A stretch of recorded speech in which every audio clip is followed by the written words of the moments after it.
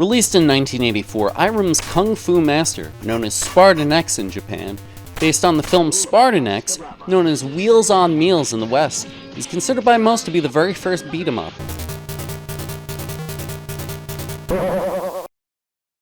The genre quickly ballooned, with everyone throwing their hats in the ring with Technos' Kunio, Sega's Streets of Rage and Golden Axe, and Capcom's Final Fight, Punisher, Cadillacs and Dinosaurs. They actually made a lot.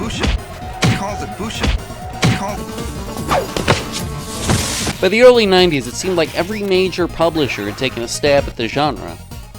10 years later, and many genres had moved on to 3D, some like racing and fighting games made the transition quite easily. Others like platformers had a rough transition to 3D. In my opinion, the genre that seemed to confound devs the most in the jump to the third dimension seems to be beat-em-ups, strangely enough. You'd think it'd be relatively straightforward, but alas, it took beat-em-ups kind of a while to find their feet in 3D. Did Soul Fighter stick the landing? Let's find out. This is VMU.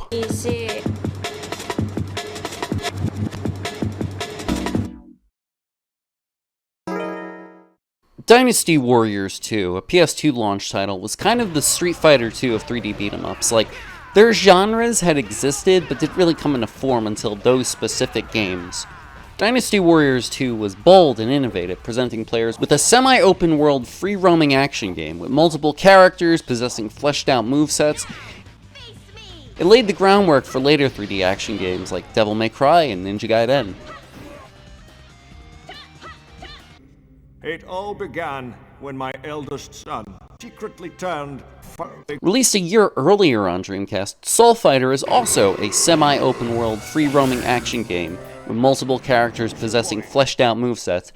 However, whereas Dynasty Warriors 2 hit the ground running, spawning both a new genre and a hugely successful franchise with numerous spin-offs, Soul Fighter just kinda like fell on the ground and shit its pants. As you probably inferred, this is a 3D beat-em-up, though you probably wouldn't have guessed it's also set in a medieval fantasy world full of evil furries. Your goal is to explore the open, non-linear maps, seek out enemies, and kick their ass. Once you've defeated everyone, a boss appears. So you knock his ass out, move on to the next stage. In other words, it's a beat-em-up. You've got two attack buttons, punch and kick, both of which have auto combo strings. All three characters also have a secondary arm stance with a different moveset. Strangely, your weapon's metered, so once your weapon gauge is depleted, you revert back to your hand-to-hand stance. Fortunately, the weapon bar refills as you deal damage. The same is true with the super bar. When filled, you can perform a super by pressing both attack buttons. Among the various delicious meat you'll be eating off the ground, there's also projectile weapons you can pick up, throwing daggers, arrows, and hatchets, all of which are thrown from a first-person perspective. But the central mechanical conceit of Soul Fighter is that it tries to be 2D and 3D at the same time based on context. When you're not directly engaging an enemy, your camera is situated behind you, allowing you to move freely. However, once an enemy begins attacking you, the game resituates your vantage point to a side perspective to allow you to gauge spacing better. Like imagine Z targeting from Zelda, except the game does it automatically and puts you in this cross section almost. This is actually a brilliant idea. I totally see what they were going for. The problem is it's pretty finicky. The lock-on system struggles to figure out which enemy to prioritize, and that becomes especially problematic later on when multiple enemies are assaulting you from every side. Also, the camera seems to be drunk, just absolutely shit-faced.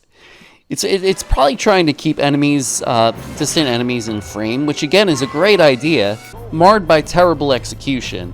It just swings back and forth wildly, making the mere act of walking forward is cumbersome and frustrating. Go!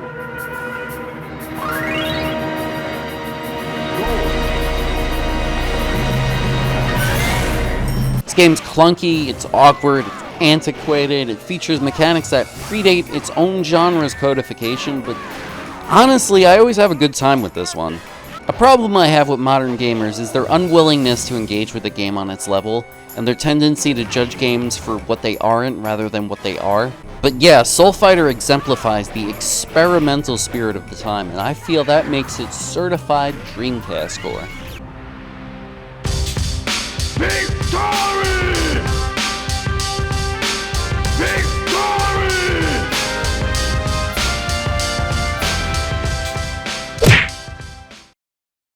So that's about the size of it for Soul Fighter.